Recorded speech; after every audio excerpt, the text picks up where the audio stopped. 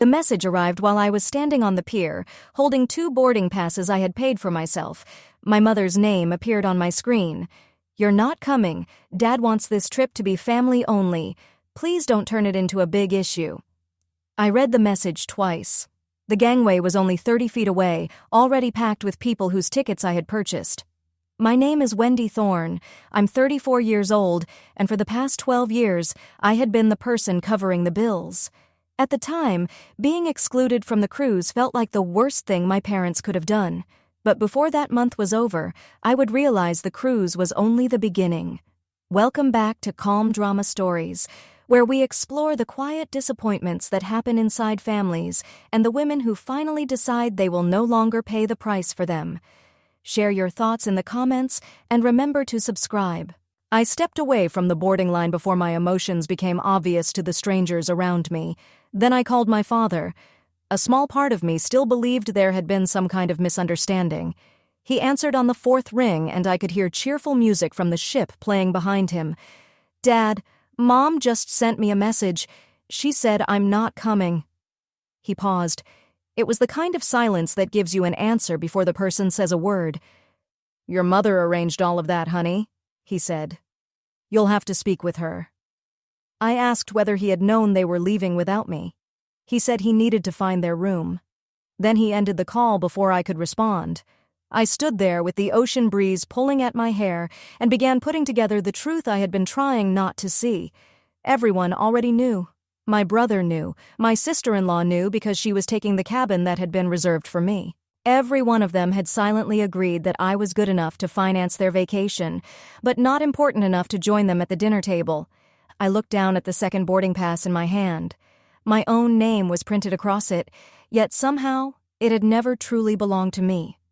A crew member dressed in white approached and asked whether I was boarding. I told her no. I said I had changed my mind.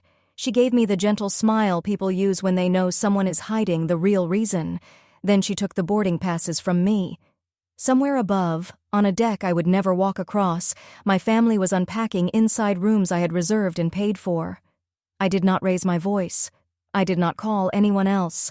I simply walked back to my car and stayed there long enough to watch the ship leave the dock. It moved slowly across the water, enormous and graceful, carrying every person who was supposed to care about me. Then I drove to the house I had bought for them. I still had a key. You need to understand what 12 years of paying for a family actually looks like. It was never one dramatic gesture. It was 1,000 smaller ones, repeated so often that they eventually became expected. When I was 22 and had barely started building my career, I paid their electricity bill so their power would stay on. At 25, I finished paying off my father's truck. At 28, I began covering their mortgage. Soon after that came their medical expenses, followed by the property taxes they repeatedly forgot to pay. Once I earned my financial planning license and my small practice began generating real income, I purchased the house for them completely. It cost $966,000. I bought it because my mother had cried during the open house and said she had always dreamed of having a proper dining room. The cruise came last. I booked it 4 months earlier to celebrate their 40 years of marriage. At the time, I told myself it was a gift. Now I understand that it was closer to a purchase. I had been trying to buy myself a place at their table. I kept paying because I believed that eventually, after one more bill or one more generous gesture, they would finally make room for me. That is the part I struggle to admit. I understand money. I can study someone's finances and identify where they are losing money within 10 minutes, yet I could never examine my own family with the same honesty because I was afraid of what I might discover. I wanted to believe that if I gave them enough, they would stop seeing me as the daughter who left. The daughter who became too successful. The daughter who supposedly forgot where she came from. But I never forgot. I simply started sending money instead of attending Sunday dinners. Somewhere along the way, the money became the main reason they answered my calls. As I drove toward the house, I told myself I was only going there to collect a few personal belongings. I did not yet know there was nothing of mine left to collect. Before leaving the pier, I did something I still cannot completely explain. I stepped out of my car and walked back toward the water to watch the ship depart. Perhaps I needed proof. Perhaps I wanted to know whether anyone would notice that I was missing. The ship was still close enough for me to recognize people standing on the upper deck. Then I saw them. My father was wearing the white cap I had bought for him. My mother stood beside him in a scarf, laughing at something someone had said. My brother, Trevor, already had a drink in his hand, and next to him, leaning against the railing and waving toward the shore as though she were appearing in a travel advertisement, stood my sister-in-law, Kayla. She was standing in the exact place where I had imagined myself standing. She saw me. I am certain she did. Her hand lifted slightly higher, and for one unsettling moment, I believed she was waving directly at me. Then I realized she was simply waving toward the shore, toward anyone, toward no one. Nobody on that deck was searching for me. Why would they? I had already done what they needed me to do. The ship's horn sounded, deep and final, and the vibration passed through my chest like a door closing for the last time. A woman beside me smiled and said, "Isn't a departure like this wonderful?" I told her yes. I said it was beautiful. Then I turned around and walked back to my car as a decision slowly began forming inside me. I did not have the words for it yet, but I knew I was not going to spend the next 2 weeks sitting alone while my family celebrated with money I had provided. I was going to the house. I was going to collect the few things that still belonged to me. That was the entire plan. It was small, calm, and completely reasonable. It lasted until I reached the front door. During the drive, I called Priya. She is my closest friend and, conveniently, an attorney. She is also the only person in my life who tells me the truth without wrapping it in comforting language first. I told her about my mother's message. I told her what had happened at the pier. For a moment, Priya said nothing. Then she spoke carefully. "Wendy, I need you to go home, not to their house. Go to your own home, order something comforting, take a warm bath, and allow yourself to be angry tonight." It was sensible advice. It was exactly the kind of advice I would have given one of my own clients. "I only want to collect a few things," I said. "The family photo albums and my grandmother's ring. I left it in the guest room. Their house is only a 25-minute drive away, and I'm already halfway there." Priya let out a long breath. "You understand that house is a painful place for you, don't you? Going there tonight is like touching a tender spot just to check whether it still bothers you." I insisted it was not like that. I told her I was fine, using the calm, controlled voice I always use when I am anything but fine. She stopped arguing. "Good friends sometimes know when you are determined to discover something for yourself, even when they wish they could protect you from it." "Call me when you leave," she said. "And Wendy, no matter what you discover, do not make any major decisions tonight. Promise me you'll sleep before doing anything." I promised. At that moment, I truly meant it. I arrived at the house shortly after 7 o'clock. The Oregon sky had turned the soft, muted purple it often takes on during early autumn. The porch light was off. I walked to the front door with my key already in my hand. It was the same key I had carried for 3 years and used more times than I could count. I slid it into the lock. It would not turn. I tried again. I moved it gently from side to side, removed it, and stared at it as though the small piece of metal had personally disappointed me. The lock had been replaced. I stood on the porch holding a useless key to a house I had purchased, feeling as though the building itself had decided I no longer belonged there. Then a voice called out from the neighboring yard. "Wendy, is that you, sweetheart?" It was Diane, the woman who lived next door. She was watering her hydrangeas in the fading evening light. Diane had always treated me kindly. She walked over while drying her hands and explained that my family had hired a locksmith several weeks earlier. They had told her it had something to do with insurance. She also mentioned that my mother had left a spare key with her for emergencies. It was sitting inside one of her drawers. Diane handed it to me without hesitation because, in her eyes, I was still their daughter. More importantly, she still believed I was the person who owned the house. I unlocked the door and stepped inside. The air carried the familiar scent of my mother's candles, mixed with the remains of someone else's dinner. I walked directly to the guest room. It was the room I had always used when I stayed there. I kept several personal belongings inside because my parents had repeatedly told me they wanted me to feel as though I had a room of my own in their home. I reached for the handle and opened the door. The bed had been stripped completely. Every drawer in the dresser was empty. My grandmother's ring was gone. So were the family photo albums, the box of letters my late aunt had written to me, and every other personal item I had kept in that room. I opened the closet and found nothing but bare hangers. Then I noticed a cardboard box sitting in the corner. It had the logo of a local charity printed on the side and was half filled with my old sweaters. The box had been sealed with tape, and across the top, in my mother's handwriting, was one word: donate. They had not carefully packed my belongings so they could return them to me later. They had packed them because they intended to give them away. They had done it before leaving on a cruise they had excluded me from, inside a house they apparently believed I no longer had any right to enter. That was the moment my sadness transformed into something colder, clearer, and far more useful. I sat on the bare mattress in the room that had once been mine, inside the house I still legally owned, and the tears stopped. I began to pay attention. I told myself I should leave. Instead, I walked through the house as though I were viewing evidence. In the kitchen, the drawer where my mother stored the mail was so full that it would not close properly. I am not proud that I opened it, but pride had stopped feeling important the moment I discovered a donation box filled with my belongings. Most of what I found was ordinary: coupons, church announcements, a birthday card from someone named Estelle.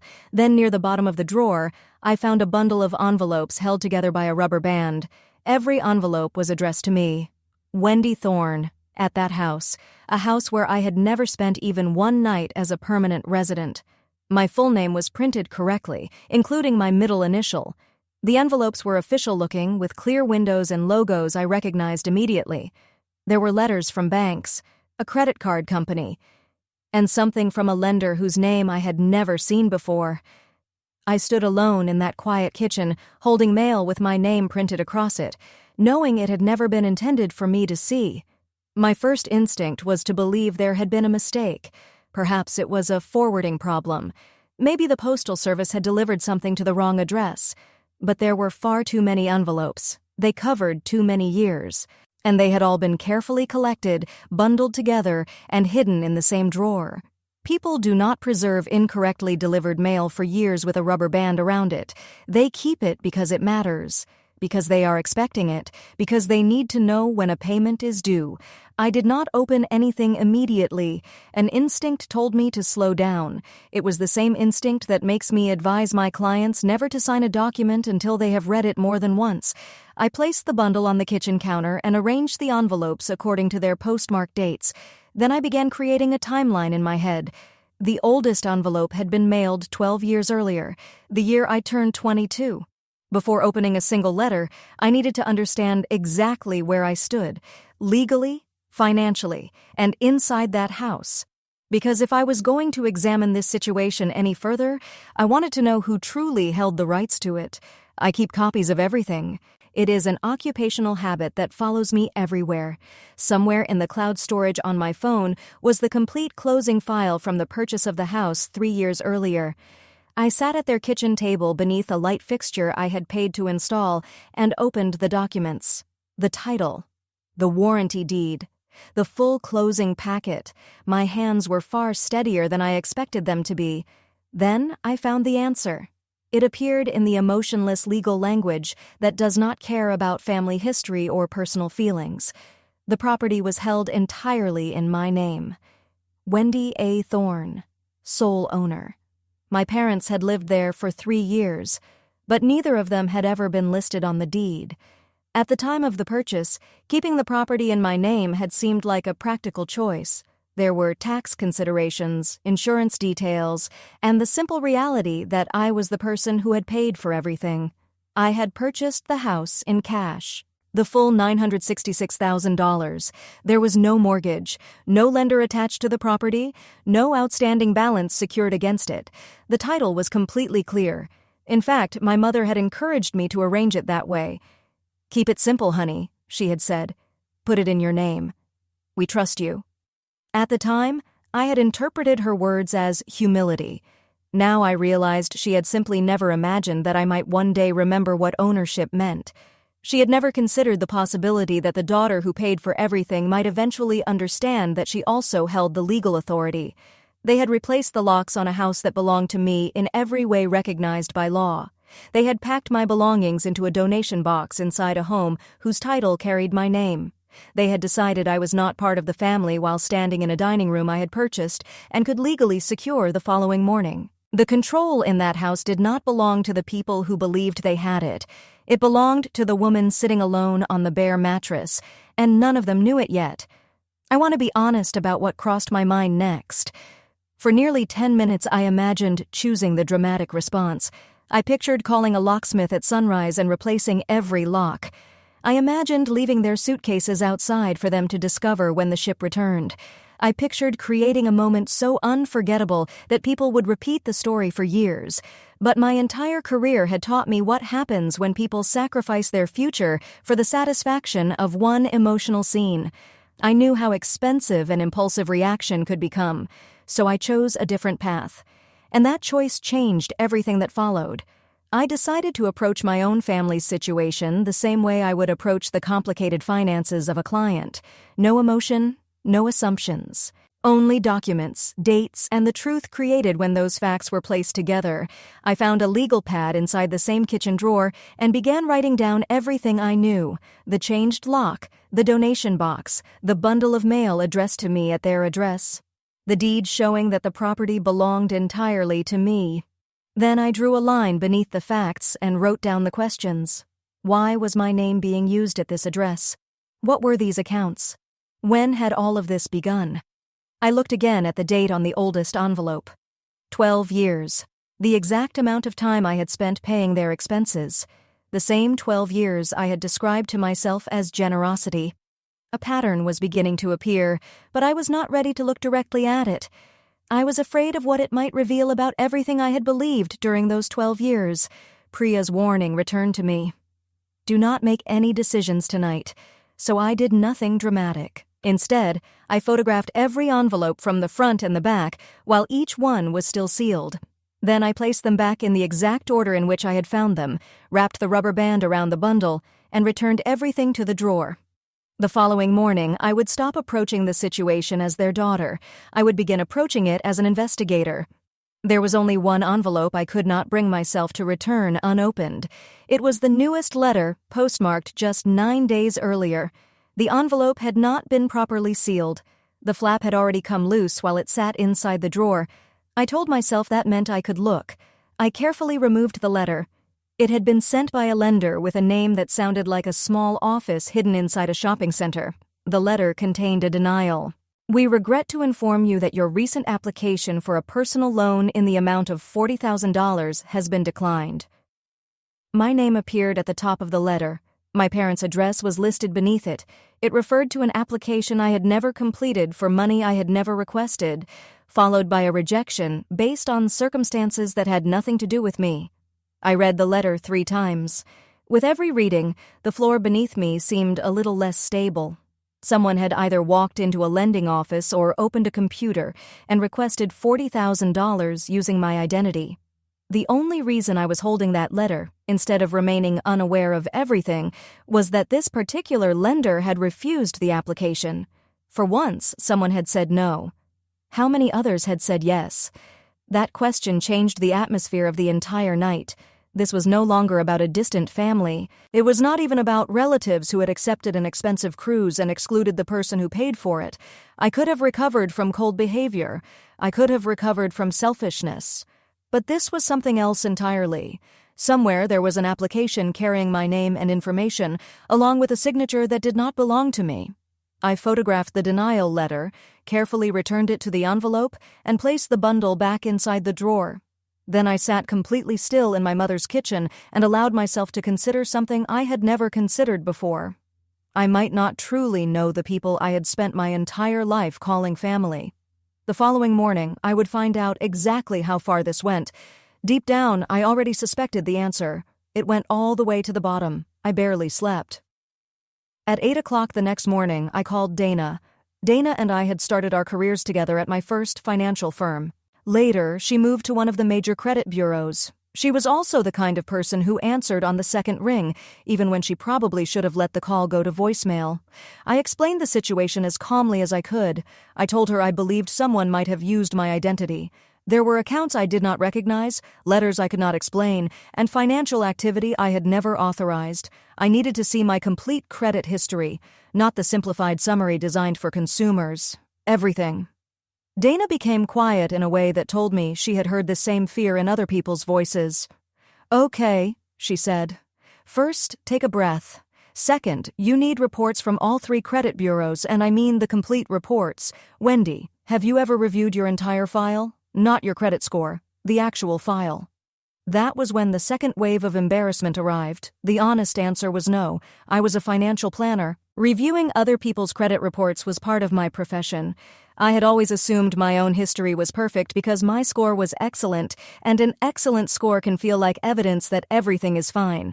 But a strong score can hide a surprising amount of activity when someone knows what they are doing, especially when they make the minimum payments on time, especially when they never allow an account to become seriously overdue.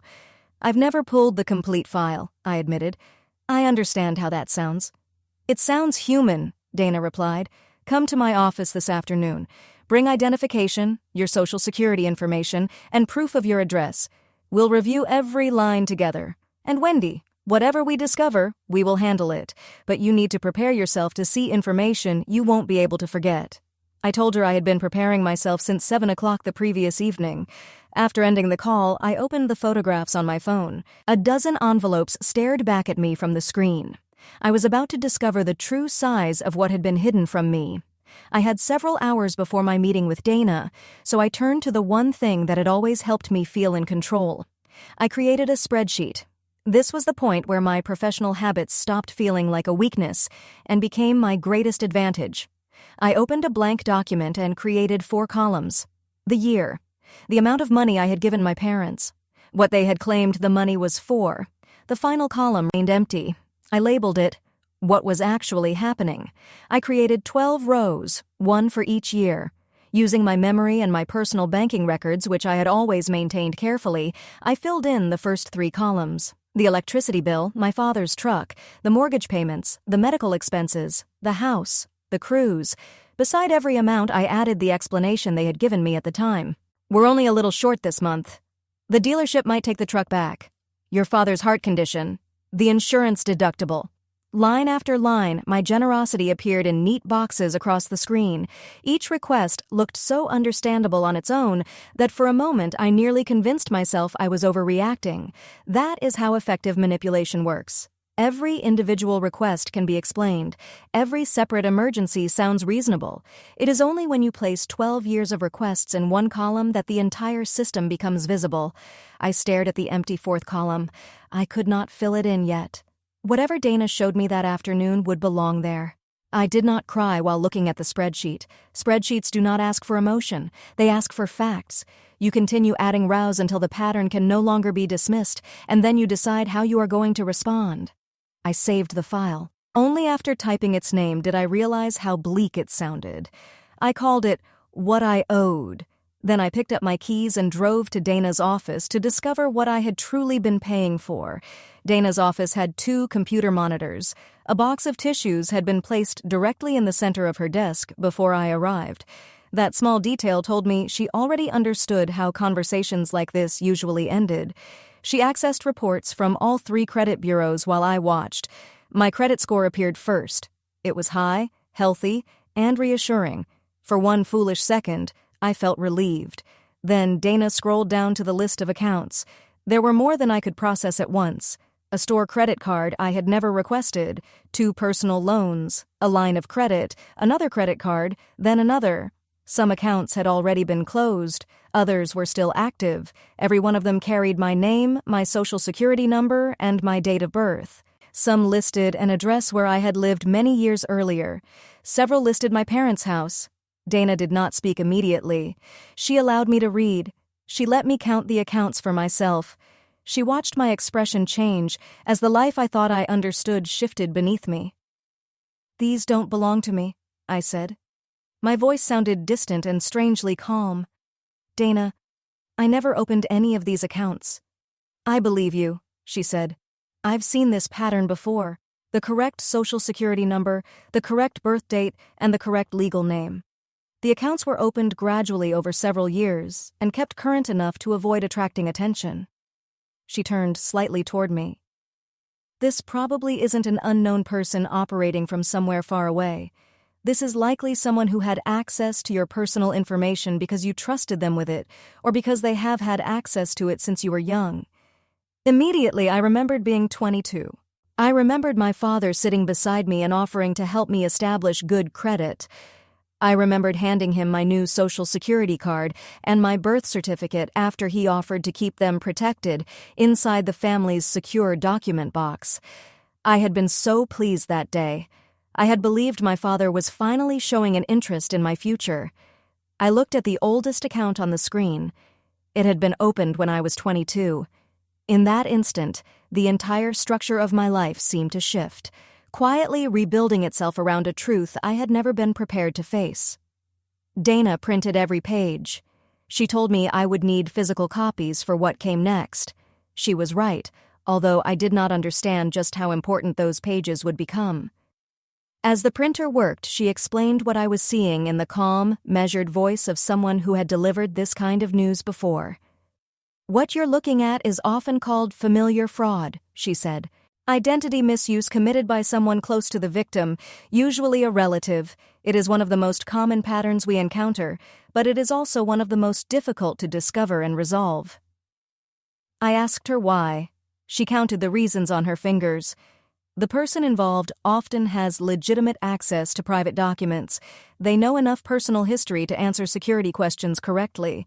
They keep the accounts current, so payments are made and no warning is triggered. Then Dana looked directly at me. "And most victims never formally report it," she said. She explained that people rarely hesitate to report a stranger, but reporting your own mother or father was different. Most people discovered what had happened, repaired the damage quietly, and never spoke about it again, because fully confronting the situation meant admitting that the people closest to them had used their trust, and then deciding what to do with that knowledge. Dana allowed the silence to settle between us. "The entire arrangement depends on the fact that you care about them," she said. "Your loyalty becomes the protection they rely on." I asked what choices I had. She said the accounts could be disputed, but disputes were much stronger when supported by an official report documenting that the activity had not been authorized. Without formal documentation, lenders could challenge the claims, delay the process, or leave the accounts attached to my name. "You can try to repair this quietly," Dana said, "or you can repair it completely. But a complete solution means formally stating that members of your family used your identity without permission. There is no complete version of this that also preserves the illusion that everything is fine." She handed me the stack of freshly printed pages. They were still warm. As I held them, I understood that I had reached a decision point I could never pretend I had not seen. That night, I kept returning to the memory of being 22. I need you to understand that I had not been careless. I was attending school on a scholarship, working part-time, and following a plan I had created for myself. But when your father sits beside you and says he wants to help you build a secure financial future, you do not assume there is another motive. You believe your father is finally showing up for you. He told me the smartest first step was to add me as an authorized user on one of his cards so I could begin establishing credit history. He said he needed my Social Security number and a copy of my birth certificate to complete the process correctly. Then he placed both documents inside the gray fire-resistant box in my parents' closet, the one secured with a small key. He told me my documents would be safer there. I remember feeling thankful. I remember thinking this was what family was supposed to feel like. Someone older guiding you, someone protecting you, someone teaching you the lessons nobody explains in school. For 12 years, I had carried that memory as something warm. Now I turned it over and finally saw what had been hidden beneath it. My father had not been teaching me how to build credit. He had been building financial access in my name for the family. The authorized user card had been real, but it had also been the beginning. Everything displayed on Dana's screen had grown from that afternoon near the closet. From my birth certificate being placed inside a box I did not control. From the gratitude of a 22-year-old daughter who believed her father was helping her. For a moment, I wanted to call him. I imagined demanding answers while an ocean separated us. But he was aboard a ship. enjoying a vacation I had funded, and nothing he could say would remove the accounts listed on those pages. So I opened my spreadsheet instead. In the row for the year I turned 22, I moved to the empty fourth column. Then I typed 4 words. It started right here. The following morning, I returned to the work I understood best. I placed the credit reports beside my spreadsheet and began matching the records year by year as though I were reconciling 2 separate sets of financial books. That was when a second pattern emerged. It was worse than the first. Almost every time I had given my parents money, a new account had appeared in my name around the same period. The year I covered the electricity bill, a store card was opened. The year I paid off my father's truck, a personal loan appeared for $11,000. The year I began covering their mortgage, a line of credit was added. My generosity had been followed by a shadow. Every time I provided money openly, another amount was being accessed quietly in the background. I had not simply been supporting them, I had been supporting them while they created more obligations under my identity. Even my kindness had become part of the disguise. Whenever I sent a payment, anyone looking from the outside would have seen a successful daughter helping her parents. Nobody questions that story. It appears caring, ordinary, and respectable. That made it perfect cover. My visible generosity concealed what was happening privately because no one would suspect financial misuse when I was already paying willingly. I leaned back in my chair and finally understood how deliberate the entire arrangement had been. It had not been 12 years of random, impulsive decisions. It was a system. Patient, controlled, quiet. I had unknowingly become its source of money and its explanation. I was both the person being used and the reason no one looked more closely, and the pattern had begun almost a decade before I purchased the house. The oldest accounts followed me through apartments and addresses I had left years earlier. They had been opened long before my parents ever entered the house with the dining room my mother had wanted. Only the newest accounts listed that property. The house had been purchased just 3 years earlier. The financial pattern had existed 4 times as long. It had followed my parents from one address to another, changing its mailing information whenever they moved. For years, it had traveled quietly beneath every roof they called home. I do not cry easily, but I lowered my head onto the stack of documents and allowed myself 1 minute, just 1 minute, to feel how completely I had been used by the people who were supposed to make me feel safest. Then I lifted my head. 1 minute was all I could afford. I called Priya because I needed to understand exactly what options the law gave me. She met me at a coffee shop with her laptop open and the focused expression she wore whenever she stopped being my friend for a moment and became my attorney. I placed the printed reports in front of her. She read them and became completely still. Priya had handled difficult cases before. Very little surprised her, but this reached her. She studied the pages for a long time before speaking. "Wendy, I need you to fully understand what these records show," she said quietly. "This is not simply a family treating you unfairly.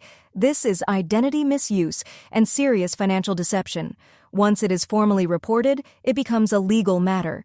There can be major consequences for anyone involved, including your parents and possibly your brother, depending on what he knew and whether he participated." "This is not about setting a boundary," Priya said. "This is about filing a formal complaint." I told her I understood.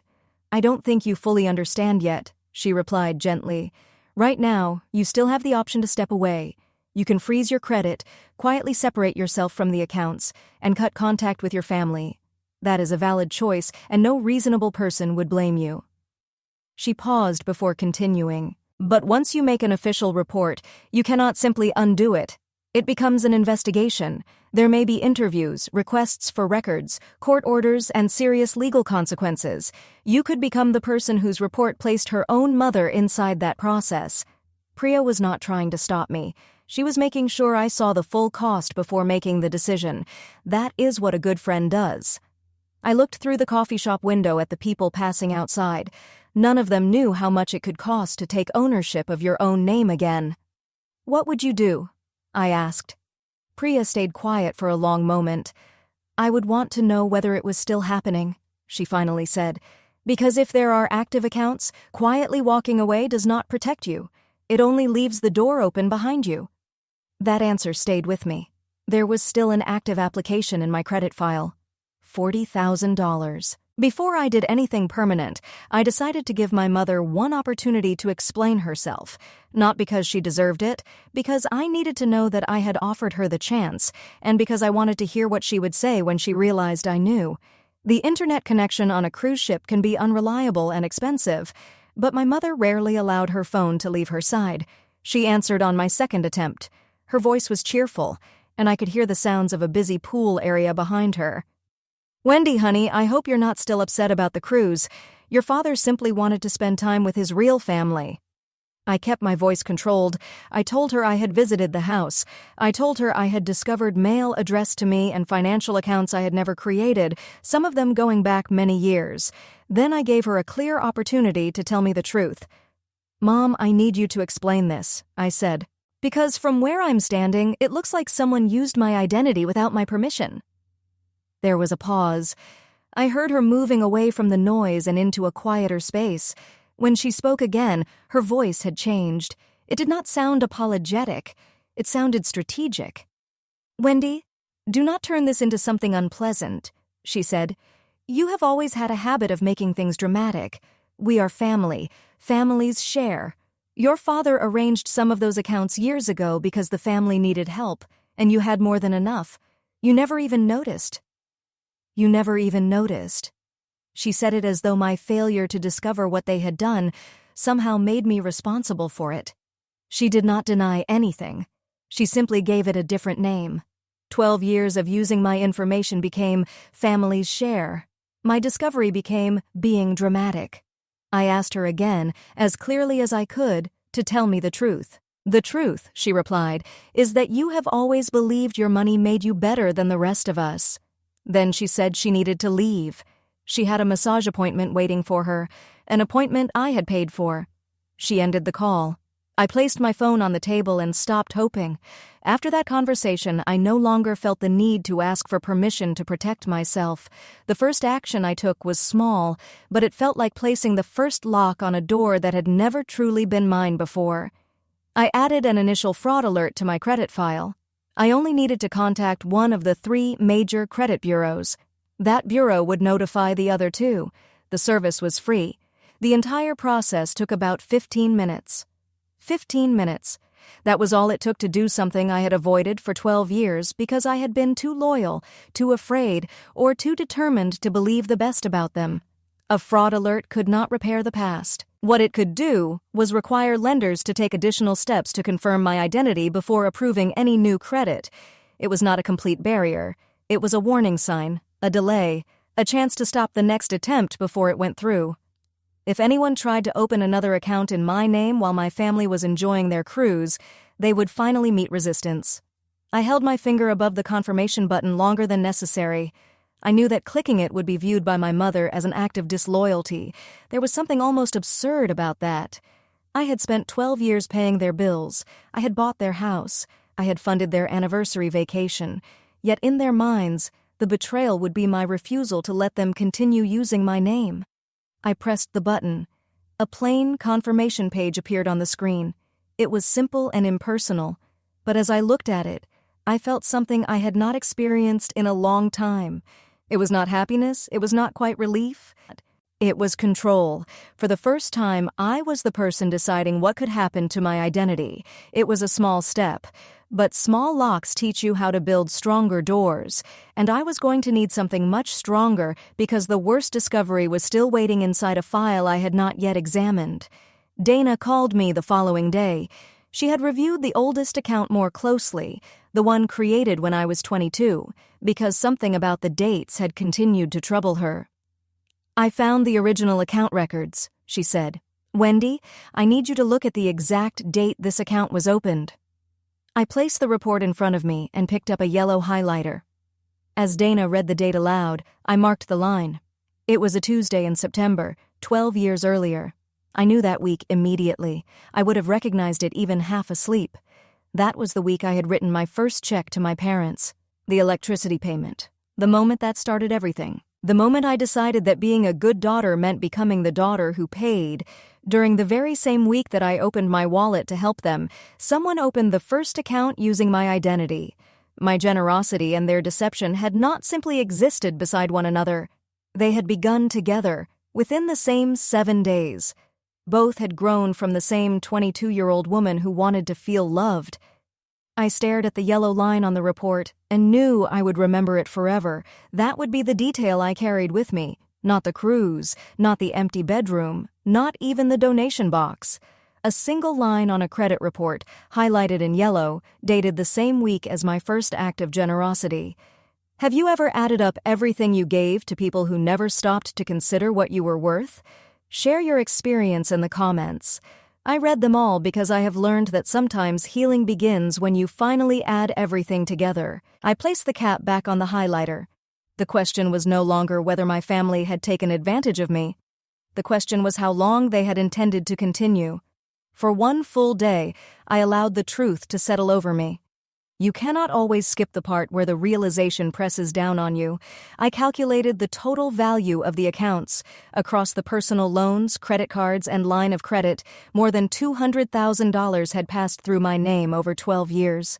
Some accounts had been paid off. Some still carried balances. One remained completely active. Then I placed that amount beside the money I had willingly given them. The mortgage payments, the house, the cruise. Hundreds of thousands of dollars more. When I combined both sides, the shape of my adult life finally became clear. It was worse than I had allowed myself to imagine. Throughout my 20s and into my 30s, I had been losing money in 2 directions at once. One part happened openly. The other happened where I could not see it. Both came from the same people, and I had called it family. I kept paying because I believed the next payment might finally earn me a place at the table. That sentence returned to me again and again. Now it carried a second and more painful meaning. There had never been a place waiting for me. The promise of a place had only been the reason I kept paying. Keeping me hopeful had served a purpose. Hope kept me paying, and every payment helped preserve the perfect explanation. I was simply the successful daughter taking care of her family. A generous daughter attracts no suspicion. Nobody investigates parents who appear to be receiving voluntary help from someone who can afford it. Without realizing it, I had become the ideal disguise for what was being done to me. I spent one long evening alone in my apartment, allowing myself to feel the full weight of that truth. Then, as I always did, I stood up, washed my face, and returned to the spreadsheet. Grief is a room you may need to enter, but you cannot build a life inside it. Not when there is an active loan carrying your name and your family is scheduled to return to port in 8 days. I had work to do, and very little time to do it. I needed to discover who had actually been signing the documents. Knowing that members of your family used your identity is one thing. Knowing whose hand held the pen is something else entirely. Dana helped me request copies of the original applications connected to several accounts. Lenders usually keep those documents in their records, but obtaining them was not simple. Some institutions refused to release anything without an official report. 2 of them, however, provided copies. I spread the applications across my dining table and studied the places where my signature was supposed to appear. The handwriting was not mine. I know exactly how I sign my name. I know the particular loop I make in the letter W and the way I barely form the H. These signatures were careful imitations. Close enough to pass a quick glance, but wrong in all the small ways a copied signature is always wrong. Then I noticed something on one of the applications. In a section intended for a cosigner or reference, where no familiar name should have appeared, someone had written a name I recognized immediately. Trevor, my brother. His signature was there in his usual confident handwriting, along with his actual phone number. He had either been too careless or too certain of himself to hide his own involvement. Trevor. Of course it was Trevor, the favored son who always claimed his next business opportunity was about to succeed, the man who drove cars he could not afford and had spent nearly a decade moving from one promising opportunity to another. He had not merely known what was happening. He had been holding the pen. My parents had opened the first door when I was 22. My brother had continued walking through it for years, signing my name and using my clean financial history as though it were a resource created for him. I photographed both applications. As I did, I felt the situation change. It was no longer a vague story about betrayal inside a family. Now there were names, dates, applications, signatures that did not belong to me. It had become evidence, and evidence is a language I understand without tears. That evening, my phone lit up with an incoming video call from a number I almost did not recognize. A small face appeared on the screen. It was Sadie, Trevor's 9-year-old daughter. She smiled at me with missing teeth and endless excitement. She had apparently learned how to use her mother's phone and decided to call her favorite aunt. I was still her favorite aunt because children do not know what appears on credit reports. "Aunt Wendy, we're on the ship. There's a swimming pool with a slide." My heart tightened in a complicated way. Whatever choices her father and grandparents had made, Sadie had done nothing wrong. She loved me, and I loved her with a protectiveness so strong that it frightened me. I asked whether she was enjoying the trip. She eagerly told me about the slide, the ice cream, and a magician she had watched perform.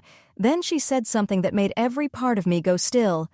"Grandma says when we get home, we're going to be rich. She says there's a huge surprise and our whole family is going to have lots of money." I kept my expression calm. That is what you do when a child tells you something she does not understand. "What kind of surprise?" I asked lightly. Sadie lifted her shoulders in an exaggerated shrug. "I don't know. Grandma said not to tell Aunt Wendy because it's a secret." Not to tell Aunt Wendy. There was already another plan in motion. Something large enough that they had promised a 9-year-old that the family would soon have money, something they specifically wanted to keep from me. Before I could ask anything else, Kayla's voice came sharply from somewhere outside the camera. The call ended. I remained there, holding a dark phone. Whatever their surprise was, it had not happened yet. That meant I still had time to get ahead of it, but it also meant the situation I had viewed as something from the past was still active. It was not a closed wound waiting to be repaired. It was still growing. And now it had reached far enough that a child was being told to expect easy money while keeping secrets from me. After Sadie's call, I stopped thinking about repairing the damage. I began thinking about defending myself. A fraud alert was only a warning. What I needed was a wall. That night, I placed a security freeze on my credit files with all 3 major bureaus. There is something many people do not realize. Freezing your file with one bureau does not automatically freeze the others. Each bureau must be contacted separately. Equifax, Experian, TransUnion. One by one, you must secure every door yourself. A credit freeze is free. It does not lower your credit score. Once it is active, no lender, landlord, or relative holding a copied signature can access your credit to create a new account unless you personally remove the freeze. I completed all 3 freezes that evening while sitting at my kitchen counter beside a cup of tea that had gone cold. I followed each step carefully, wishing someone had taught me to do this when I was 22.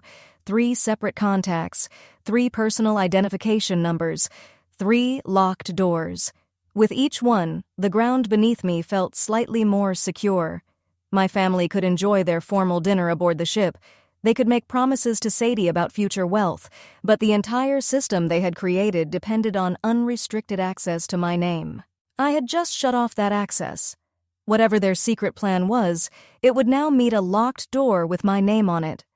When the final freeze was confirmed, I ended the call and sat quietly. I was no longer cleaning up a family problem. I was shutting down an operation that had used my identity for 12 years without my knowledge or permission. But there was still one account the freezes could not solve. It was already open, and it was already dangerous. A security freeze protected what might happen next. It did nothing to remove the loan that already existed. One account on the report demanded my attention. It was active, current, and the balance was continuing to rise. Someone had already borrowed money using my identity and appeared to still have access to the funds. For every day that account remained open, the obligation belonged to me on paper. If the payments stopped, my real credit history would suffer.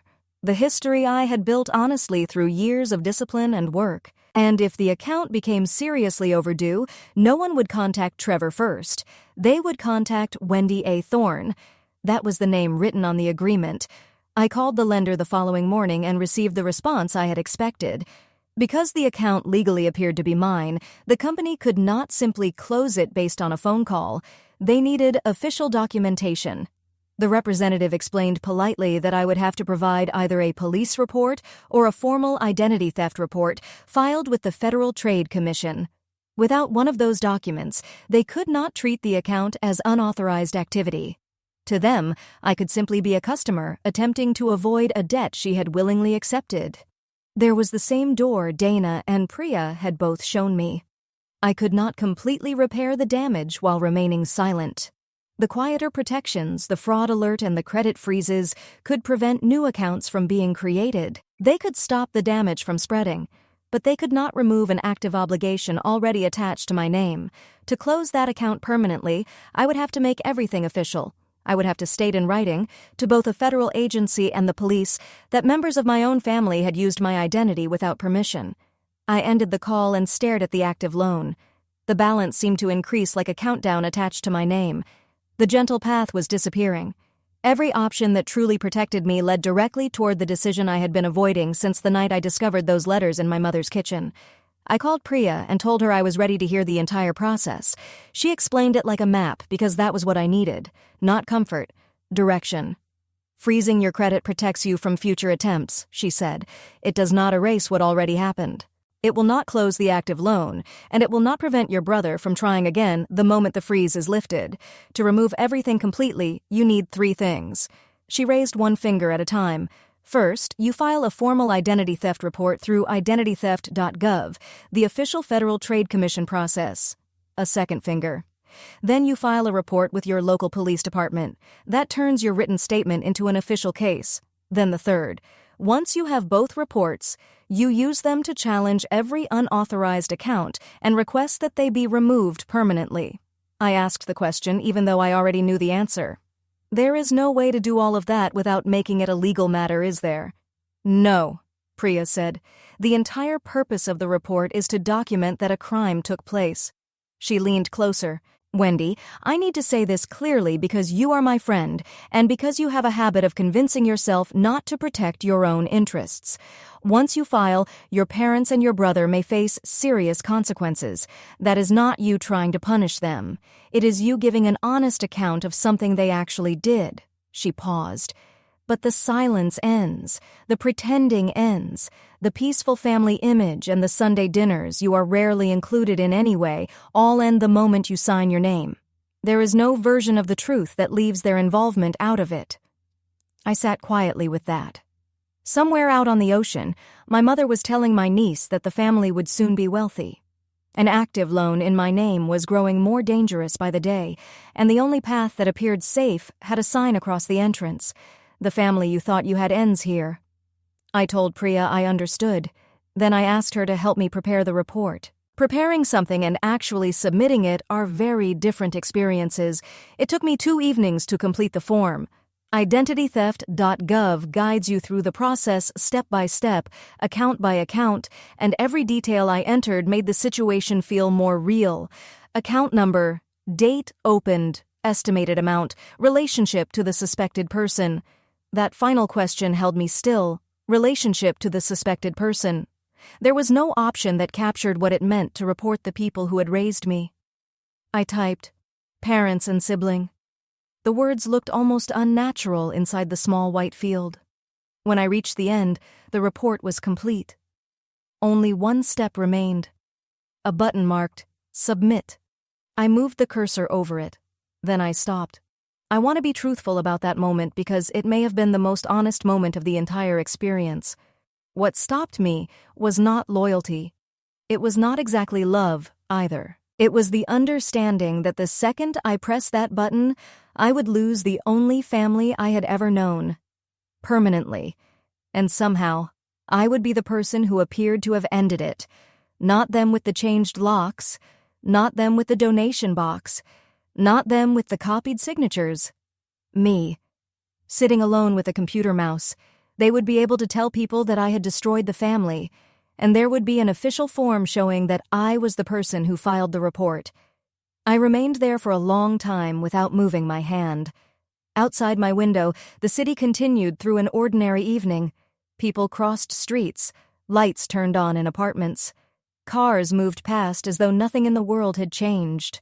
I knew that whatever choice I made in the next few minutes would stay with me for the rest of my life, so I did not press the button. Not yet.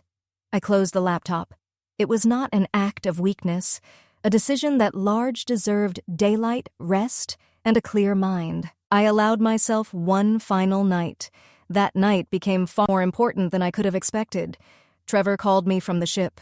It was not a video call, only his voice, warm and polished like a salesman working through a poor connection. I almost ignored it. I am glad I answered. "Wendy, hey sis, listen, I know Mom has been a little intense about the trip. You know how she can be, but we're still family, right? No reason to hold on to any bad feelings." I said nothing. Trevor interpreted my silence as permission to continue.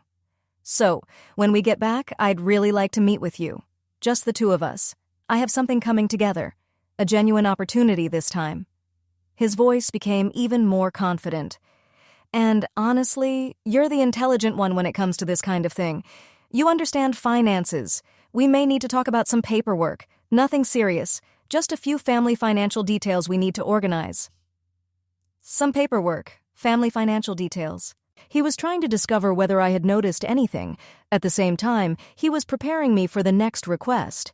He had no idea that I was sitting in front of a credit report carrying accounts I had never opened. He had no idea I had copies of applications containing my forged signature. And he had no idea that his own handwriting was already on the page. Trevor still believed I was the same person I had always been to them. The reliable one. The woman who would sign whatever her family placed in front of her because she wanted so badly to feel included. "Of course, Trevor," I said, keeping my voice relaxed. "When you get back, we'll go through the paperwork." I heard the relief in his laugh. He told me he missed me. He said Sadie missed me too. And perhaps that part was true, in the shallow way people like Trevor sometimes tell the truth, without understanding what it should mean. When the call ended, the last trace of hesitation I had about submitting the report disappeared as cleanly as a small flame going out. He was not sorry. He was not finished. He was already preparing his next move, and he had practically announced it to me because he assumed I would never understand what he was doing. He had been wrong about which one of us was paying attention.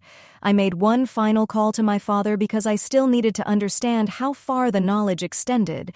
If Trevor had acted alone while my parents deliberately ignored the warning signs, that would have been one kind of heartbreak. If my mother had known everything and directed it, that would have been something much deeper. My father answered from a windy part of the ship. Over the phone, he sounded older than he did in person. Tired, too. I did not confront him aggressively. I simply told him I had discovered the accounts. I said I had seen the applications and needed him to tell me the truth. He remained silent for so long that I thought the connection had failed.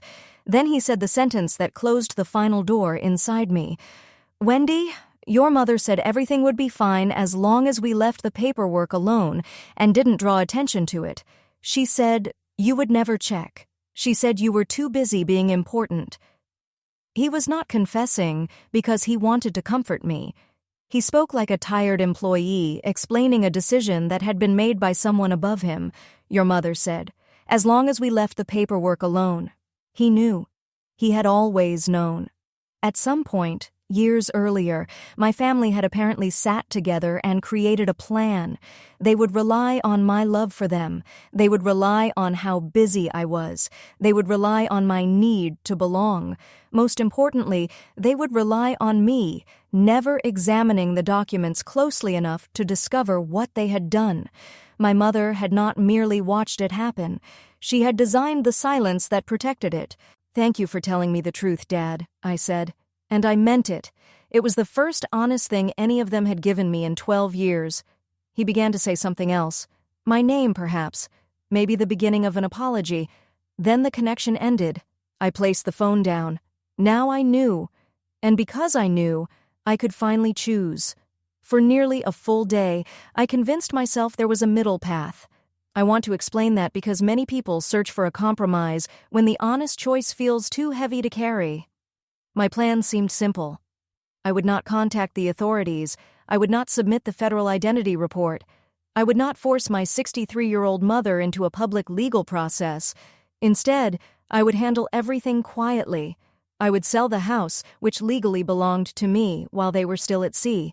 I would separate my name from every account I could. I would find some way to resolve the active loan, even if that meant negotiating it or accepting part of the financial loss myself. Then I would disappear from their lives with my dignity and credit history protected. They would return to discover that the house had been sold and that access to my identity had been permanently closed. There would be no public case, no severe legal consequences, only a door quietly shutting between us. On my side of it, freedom. The plan felt compassionate. It allowed me to believe I could become the kind of person who walked away without destroying anyone else in the process. I even began making calls. I contacted a real estate agent, then a title company. I started arranging the details of my quiet exit. For one day, I allowed myself to believe I could protect myself while still protecting them from the consequences of their choices. That I could create distance without creating damage. I should have known it would not be that simple. In my profession, a comfortable compromise rarely survives once all the numbers are visible, and the numbers were about to speak. Dana called me that afternoon with something new she had discovered deep inside the records, something that made my quiet plan impossible, something that removed the choice I thought I still had. The surprise my mother had promised Sadie was not really a surprise for the family. It was another plan built around me. "Wendy," Dana said. The tone of her voice told me that whatever she had found had unsettled even her. "There is a mortgage application currently being processed against the house." "My house?" I asked. I told her that could not be possible. The property had been purchased in full. There was no existing mortgage. I held a clear title. "That is exactly what makes it so valuable," Dana replied. "It is a property worth close to $1 million with no existing claim against it. It is registered in your name and supported by your strong credit history." She paused. "Someone has begun an application for a very large home equity loan using your identity." Then she said something that made me stop breathing for a moment. "They also listed a child as a future beneficiary in the documents, apparently to make the transaction resemble a family estate planning arrangement. The child's name is Sadie Thorne." I had to place the phone on the kitchen counter. They intended to borrow hundreds of thousands of dollars against a house I owned. They planned to imitate my signature one more time, and they had presented the transaction as something being done for Sadie. That way, if the arrangement was ever uncovered, a 9-year-old child's name would already be connected to the consequences. The big surprise. The secret Sadie was not supposed to mention to me. This was it. And it destroyed every part of my carefully designed quiet escape. Even if I sold the house without saying anything, the false application would still exist. My copied signature would remain on it. Sadie's name would remain attached. If the loan were approved during the time between listing the house and completing the sale, I could become responsible on paper for an enormous amount of money I had never requested. And Sadie would be connected to a dishonest financial arrangement before she was old enough to understand what a credit report was. Silence was no longer an act of mercy. Silence would leave my niece trapped inside the consequences. There was no quiet solution that protected her. Only one action could stop the application completely, remove her name, and shut down the entire system at its source. The formal report, the authorities, the full truth recorded in writing, with every person involved clearly identified. I sat with that realization for one long, cold hour. It changed the meaning of every option in front of me. Before Dana's call, I had believed I was choosing between accountability and compassion. I could tell myself that quietly walking away was the kinder and more generous decision. That comfort was gone now. The quiet path would not protect a 9-year-old child. It would expose her. It would allow a false mortgage application to remain active in the background with her name connected to mine. If I stayed silent to protect my parents and brother, I would be using Sadie to pay the price for that protection. And I would not use Sadie. That was the moment my decision stopped feeling like punishment. It became the only responsible choice left, because there was something my family had never understood about me. Something they had mistaken for weakness for 12 years. I cannot ignore an unresolved financial risk. It is part of who I am. Ironically, it was one of the reasons they had been able to depend on me for so long. I closed every gap. I paid every bill. I completed every unfinished task. And now, for the first time, I was going to apply that same discipline to protecting myself. They had depended on my persistence to keep the money coming. What they had never considered was that I might eventually direct that same determination toward uncovering what they had done. I picked up my phone and called Priya again. This time, my voice was completely steady. "I'm filing everything," I said. "The federal report, the police report, all of it. I'm also selling the house legally and publicly before they return. I cannot choose the quiet path anymore. A child's name is connected to this now." Priya was silent for a moment. Then she answered, "Okay. Then we handle it correctly, and we make every detail undeniable. When they come home, there will be nothing left for them to reinterpret." The final hope I had for a gentle ending disappeared. Beneath it, unexpectedly, I felt something close to relief. There was still one person I believed might not be completely involved: Kayla, Trevor's wife and Sadie's mother. She had accepted my cabin without hesitation, but her name did not appear on any of the applications I had seen. Only Trevor's did. Perhaps she had been carried along by the same family system. Perhaps, after learning that her daughter's name was connected to a false mortgage application, she would want to help stop it. I reached her by phone on the evening before the ship was scheduled to return. For several minutes, I believed I had finally found someone willing to stand beside me. I carefully explained that Sadie's name appeared on documents connected to a loan. Kayla became silent. Then she said something that answered more than she intended. "I warned him. I told Trevor to keep Sadie out of it." She knew. Maybe she did not know every detail, but she knew enough. She knew there was an arrangement. She knew it was questionable, and she knew her daughter should never have been connected to it. For one hopeful moment, she sounded like someone preparing to do the right thing. I gently asked whether she would be willing to tell the truth about what she knew if an official investigation required it. That was the moment she withdrew. Her voice changed. "I cannot become involved in this, Wendy," she said quietly. "This is a problem within your family. Trevor is my husband, and he is Sadie's father. I have to think about what is best for her." I told her that protecting Sadie was exactly why she needed to speak honestly, but Kayla was already stepping backward. She was calculating what might happen to her own life, and I understood that I had lost the last person who might have supported me. "Please don't call this number again," she said. Then she ended the call. That settled it. There would be no unexpected ally. No sister-in-law suddenly deciding to provide an official statement. There was only me, the documents, and a decision no one in that family was willing to help me carry. I would have to do it alone. The truth was that I had always been doing it alone. I simply understood it now. Strangely, that realization made everything clearer. Once I stopped trying to protect everyone and stopped hoping someone would agree with me, I could focus entirely on being precise. Priya and I organized every piece of information into a complete case file because documents are far harder to distort than emotions. First came the identity theft report through the Federal Trade Commission. Every account was listed separately with its opening date, balance, and supporting information. Copies of the applications containing signatures that were not mine were attached as evidence. Next came the police report. I filed it in person, provided a sworn statement, and submitted the credit reports, photographs, correspondence, and applications. The false mortgage application was identified as an active attempt still in progress, so it could be stopped before any funds were released. After that came the disputes sent to every lender. This time, they were supported by official report numbers. The goal was no longer to manage the fraudulent accounts. It was to remove them from my identity permanently. At the same time, on a separate and completely lawful path, I began the sale of the house. My house. The deed carried only my name. The property had no mortgage, no lien, and no co-owner. There was nothing legally preventing me from selling it. So I would. I planned the process carefully, intending for the sale to be completed before my family's return flight landed. Priya reviewed every stage more than once. "This is where people make careless decisions because they are angry," she told me. "You are not going to be careless. Everything you do will be so accurate and properly documented that when they try to present you as the problem, the records will speak for you." That became the plan. There would be no dramatic confrontation, no public scene, no raised voices in a crowded room, only documents submitted in the correct order to the correct offices during ordinary business hours.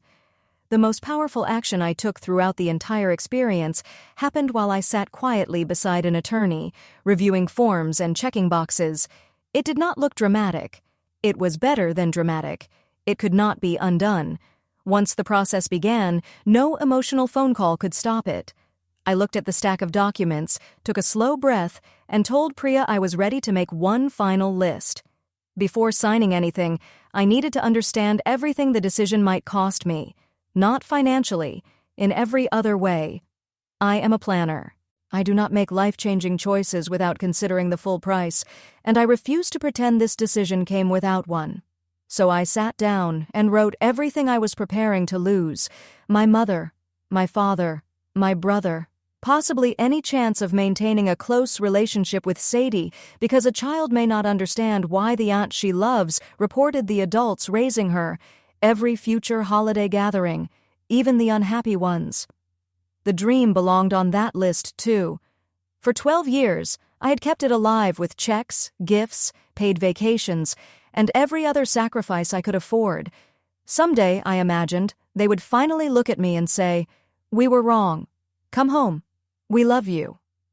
That dream was the most expensive item on the page. I had been paying it off in installments for my entire adult life. I studied the list for a long time. Then I finally understood the truth I had been circling for weeks. Love that keeps a running balance is not love, it is security for a debt. That was what my family had offered me all along. Not genuine affection, but access to my need to belong. They had been borrowing against that need since I was 22. Every dollar I gave them was treated like a payment on an obligation that could never be completed because it had never been designed to end. There was never going to be a permanent place for me at the table. The empty chair was the reason I kept paying. Writing the list did not make my decision easier. It made the situation clearer. I was not walking away from a real family. I was releasing the idea of one. And for the first time, I was choosing to protect the living, breathing person I had spent years sacrificing to keep that idea alive. I placed the cap on my pen, folded the list, and slipped it into my pocket. Then I called the real estate agent and told her to move quickly. Selling a house within a week is not typical. But this was not a typical property. It was fully paid for, ready for immediate occupancy, located in a desirable school district, and priced to attract fast interest. The owner held a clean title and was prepared to close without delays. My agent was a direct, efficient woman named Renata. Once she reviewed the deed, she did not ask unnecessary questions. She listed the property discreetly and requested cash buyers who could complete the purchase quickly. Within 72 hours, we received 3 offers. I accepted the simplest one. The buyers were a couple relocating for work. They wanted possession immediately and did not need bank financing. Then I made the decision that caused my hands to turn cold, even as I confirmed it. I scheduled the closing for the morning my family's cruise was expected to return. It was not done for dramatic effect. It was a matter of timing and risk. The false home equity application was still active. Every day the property remained under my name was another day someone could attempt to place a loan against it. Once the title transferred to unrelated buyers, that application would become useless. No one could borrow against a property I no longer owned. Selling the house was not only my exit, it was the switch that shut down the entire plan. The timing was not intended as a message, it was a safeguard. Still, I will not pretend that a small, exhausted part of me failed to recognize what it would look like. My family would leave the airport, drive toward the house they believed belonged to them, and enter the long driveway with their suitcases. They would place their key in the lock, and for the first time it would not turn. I would be doing once, openly and legally, what they had done to me quietly for 12 years. I signed the listing documents. Renata smiled and congratulated me. I did not feel victorious. I felt like someone finally standing after remaining seated for far too long. 2 days before their return, I sat at my kitchen table early in the morning. A cup of coffee cooled beside me. Then I completed the step that could not be reversed. First, I submitted the official identity report through the Federal Trade Commission. My cursor paused above the button for only a moment. Then I clicked. A long confirmation number appeared on the screen. Official. Permanent. There was no pulling it back. Afterward, Priya drove me to the police station. I sat across from a detective named Alvarez and gave a sworn statement. I handed him the credit reports, the copied signatures, the photographs of the mail, and the active mortgage application. I watched him read through the documents. His expression changed when he reached the 12-year timeline. He understood the scale of what he was seeing. "I'm sorry," he said quietly. "This represents a significant amount of loss." "Thank you," I replied. Then he asked me to confirm the names of the people connected to the report. I said each name aloud while sitting inside a police station across from a man holding a badge and a pen. My mother's name, my father's name, my brother's name. Speaking those names in that room made everything real in a way no online form ever could. The old version of my life ended with that sentence, the version where I remained the daughter who paid, waited, and hoped. There was no future in which I could take those names back. Some of you already understand what it costs to reclaim your own identity and your own life. Share your experience in the comments and subscribe, because this is the moment everything changes. I stepped out of the station into ordinary daylight and felt unexpectedly calm. For weeks I had stood on one side of a line, afraid to cross it. Now it was behind me. The bridge to my old life was gone. Ahead of me was something I had not seen in years, my own future. The next 2 days moved quickly and quietly. That is often what happens once you stop resisting what must be done and begin directing it. The house reached closing. I sat inside Renata's title office and signed page after page using my actual signature. The looped W, the unfinished H. This time, the documents truly belonged to me. The escrow process was completed, the funds arrived. And just like that, the house I had purchased for my parents no longer belonged to me or to them. It belonged to a kind couple named the Osbornes, who planned to repaint the guest room for the baby they were expecting. When I handed over the keys, I felt no satisfaction in hurting anyone. I only felt lighter. It was the feeling of finally putting down something so heavy that I had forgotten carrying it was a choice. At the same time, the official report began producing results. Detective Alvarez called to tell me that the false mortgage application had been flagged and stopped before any funds were released. Sadie's name had been removed from the immediate risk. The active personal loan was now formally under review as unauthorized activity. The process of removing it from my credit file had begun. Piece by piece, my name was returning to me. The same documents my family assumed I would never have the courage to file were now clearing away what they had attached to my identity. I opened my spreadsheet one final time. For so long, the fourth column had remained empty. Later, beside the year I turned 22, I had written, "It started here." Now I moved to the last row. The current year. I typed one final sentence. "It ends here." I saved the document, closed my laptop, and looked at the calendar. The following morning, the ship would return. My family would fly home carrying their suitcases and expecting the surprise they believed they had arranged. They had no idea the surprise had already changed direction. The credit freeze began working before their plane had even landed. That evening, Trevor's name appeared on my phone. Then it appeared again. A series of messages followed, each one less charming than the last. "Call me. Wendy, what is happening with your credit? I'm at the airport trying to arrange something and there's a hold. Did you change something?" The freeze had done exactly what it was designed to do. Somewhere inside an airport terminal, Trevor had attempted to continue his plan. He had tried to open an account, access funds, or move forward using my identity. Instead, he reached a locked door. Behind that door was a personal identification number known only to me. For the first time in 12 years, he could not get through, and he could not understand why. The reliable source had finally closed. I did not respond. The calls continued one after another until my screen became nothing but his name appearing and disappearing like a warning signal. Eventually, I allowed one call to go to voicemail. When I listened to the recording, the friendly salesman's voice was gone. "Wendy, what did you do? You locked everything. I have important plans depending on this, and you don't understand what you've caused. Mom is going to be furious. Call me back immediately." He had plans depending on it. Even after being stopped, he showed no regret. He was only angry that the resource he had been using no longer worked.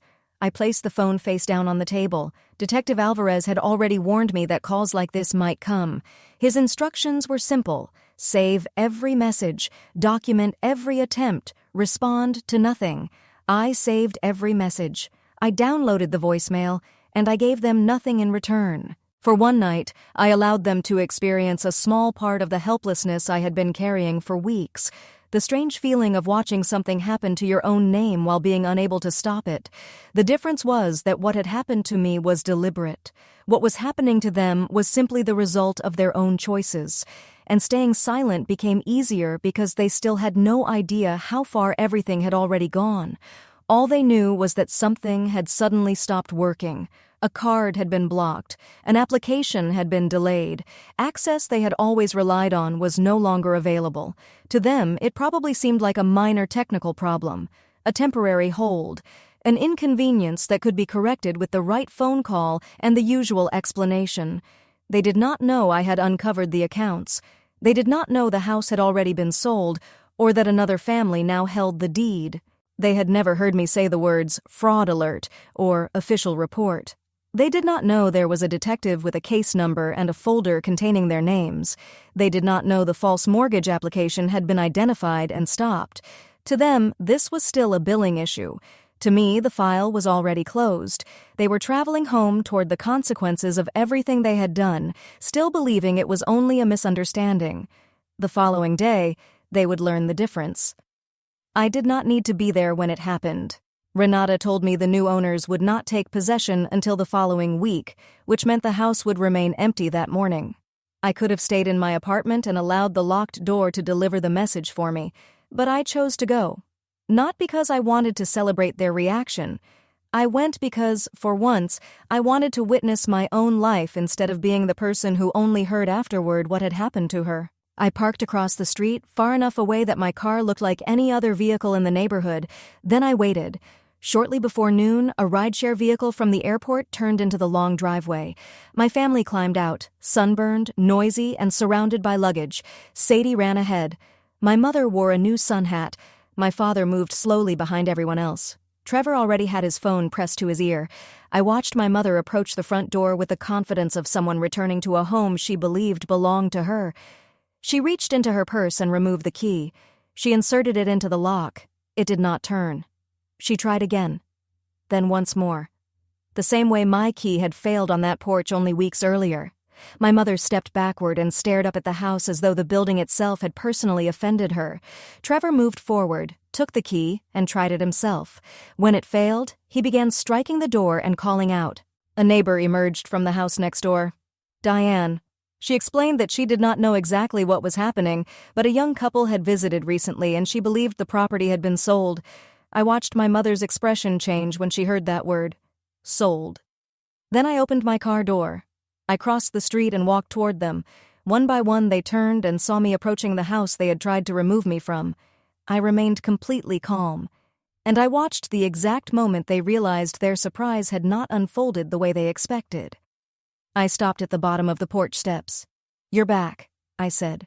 My mother recovered first. She always did. She arranged her face into the expression she used at church, during arguments, and whenever she needed to appear like the most reasonable person in the room. Wendy, she said, what have you done to our house? Our house. Even then, I allowed the words to remain between us for a moment. It was never our house, Mom, I said. The deed was in my name. It has been in my name for 3 years. You knew that. You were the person who wanted it arranged that way. Trevor stepped forward, his face turning red. You sold our house? You cannot simply sell our house. I can sell my house, I replied. And I did. My father remained in the driveway beside his suitcase. He looked older than he had before the trip. He said nothing. For once, his silence was the most truthful response anyone in that family offered. My mother changed her approach. She reached for the argument that had always worked before. How could you do this to your own family? She demanded. After everything we have done for you, we raised you, we gave you everything. There it was. The same old system was still operating. She was attempting to charge me for my own childhood. A month earlier it would have worked. I would have felt the familiar guilt rising inside me before I could stop it. But I had spent the previous month examining every record. "Everything you did for me?" I asked. My voice stayed level. I could see that my calmness unsettled her more than shouting ever could. "Would you like to discuss everything you did for me here in the driveway? Because I brought copies." I had not raised my voice once. She had. Sadie had become quiet and moved behind my father, sensing in the way children often do that the world around her had suddenly changed. My mother had spent my entire life being the most composed person in every room. Now that control was beginning to disappear. Her hands moved constantly. Her voice climbed higher with each sentence. The authority in that driveway was no longer where any of them had expected it to be. It belonged to the daughter they had abandoned at the pier, and she had not finished speaking. I explained everything calmly, one fact after another, like reading the conclusion of an official report, the accounts, the 12-year history, the signatures that did not belong to me, the active personal loan, the mortgage application carrying Sadie's name. I watched each detail reach my mother. I watched her realize I had not uncovered only a small part of the plan. I knew all of it, and every part was documented. Something inside her finally gave way. But it did not become an apology. Instead, she spoke with a raw honesty I had never heard from her during my 34 years of life. "You have no idea what it feels like," she said, her voice breaking, "to give your entire life to a family and reach the end with nothing." "I think I'm beginning to understand," I replied. But she continued. The words came from somewhere much older than the woman standing in front of me. "My mother did the same thing to me," she said. "Your grandmother took everything I earned from the time I was 15. She opened things using my information. She created bills and told me that being family meant everything I had belonged to everyone." My mother's breathing became unsteady. "I never had anything that was truly mine, not one thing. Then I had you, and I thought we would finally have some security. Someone in this family would finally succeed, and all of us would be protected." She was not inventing it. I could see that. For the first time, I saw the young girl she had once been. A girl whose own mother had taken from her. A girl taught that this was simply how families survived.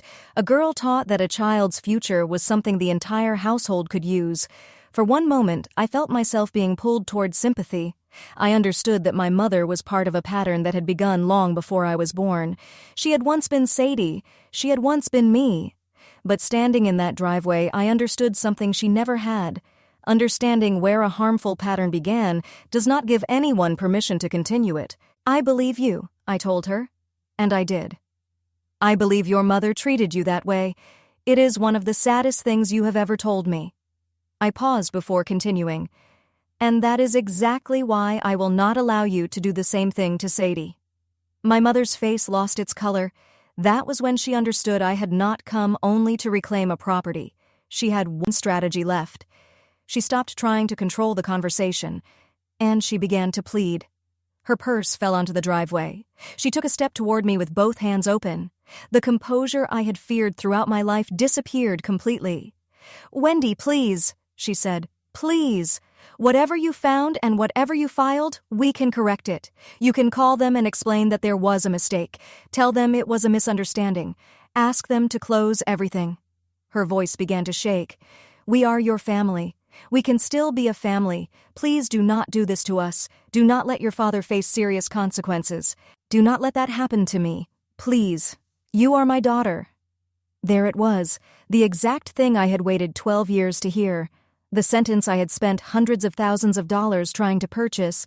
My mother needed me. My mother called me her daughter as though the word finally carried meaning. She was offering me a path back into the family, as long as I made the consequences disappear. My longing and my judgment stood together in that driveway and faced one another. I could finally have the place at the table. All I needed to do was make a phone call and claim the reports were a misunderstanding. Pretend the accounts belonged to me. Allow Sadie's name to remain connected to something she did not understand. Call all of it family. I could purchase my way back in one final time. The price would be the truth. The price would be my niece's future. The price would be returning permanently to the role of the daughter who paid for the right to belong. Or I could keep the one thing I had finally reclaimed, myself. I looked at my mother and felt the full grief of that choice. I did not raise my voice. "I cannot undo it," I said. "There is an official federal report and an active police case. It is no longer something I can simply withdraw. And even if I could, I would not." My mother began to collapse beneath the reality of it. I continued gently because gentleness was the final kindness I had left to offer. For 12 years, I kept paying because I believed the next payment would finally earn me a place at your table. I looked directly at her. But there was never going to be a place for me. Keeping me outside was what kept me paying. I let the silence hold the words.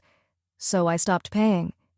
For weeks, I had repeated that truth only to myself. Now I had finally said it aloud. And for the first time, it was complete. "Goodbye, Mom." I meant every word.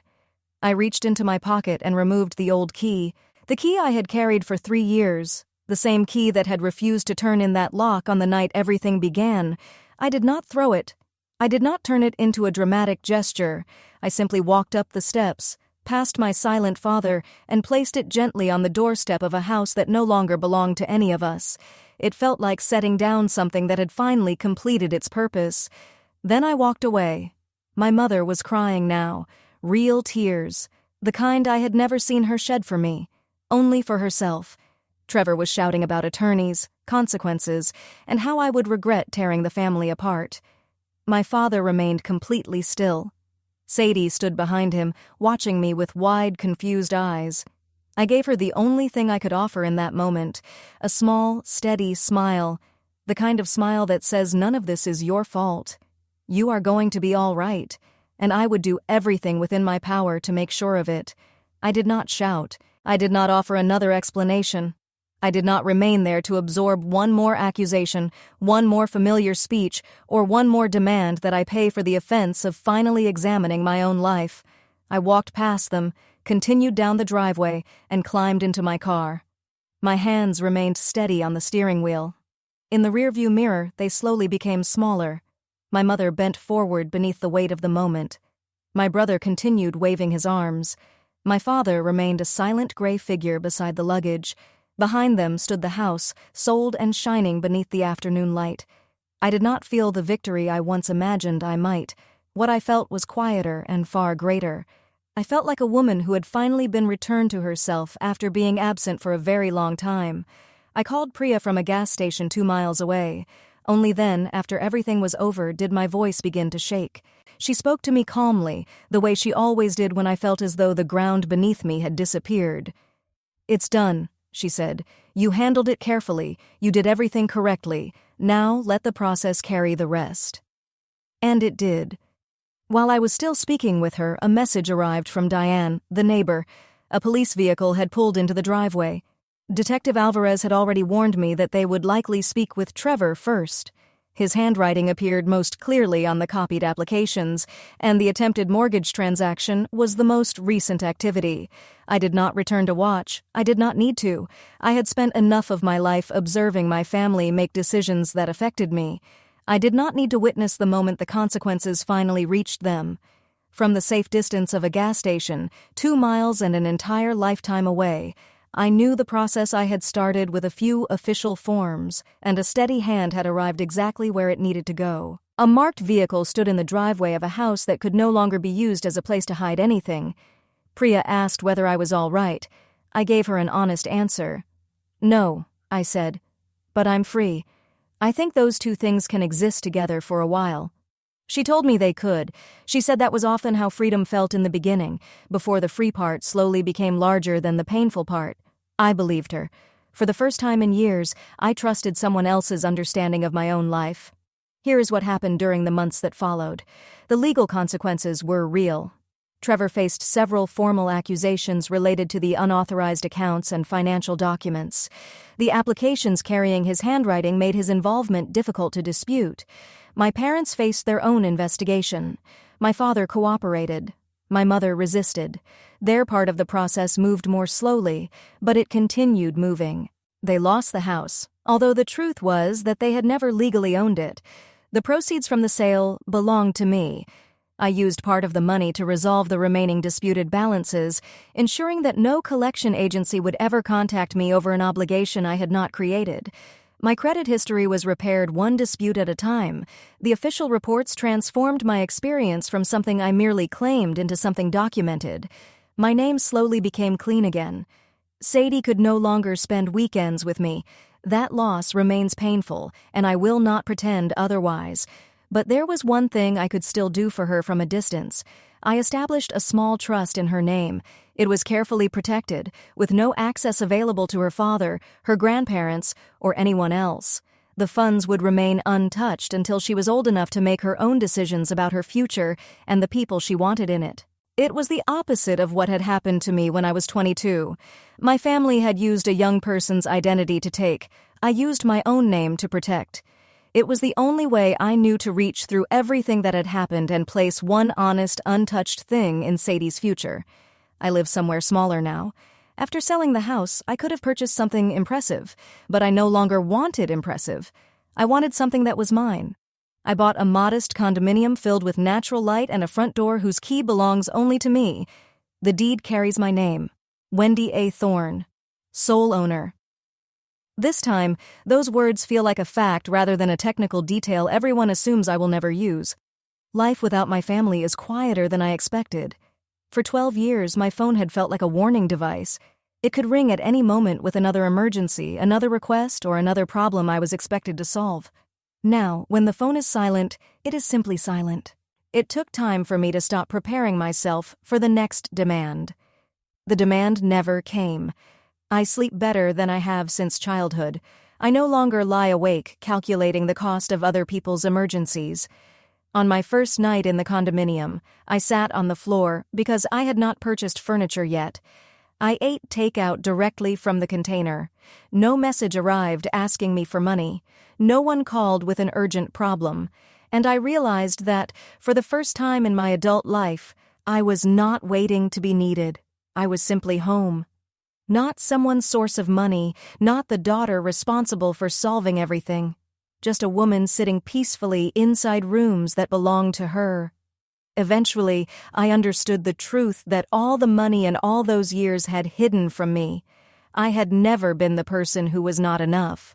For most of my life, I believed that if I gave more, cared more, and paid more, I might eventually earn the kind of love other people seem to receive without effort. I thought I was purchasing my way toward being worthy, but you cannot purchase your way toward something you already are.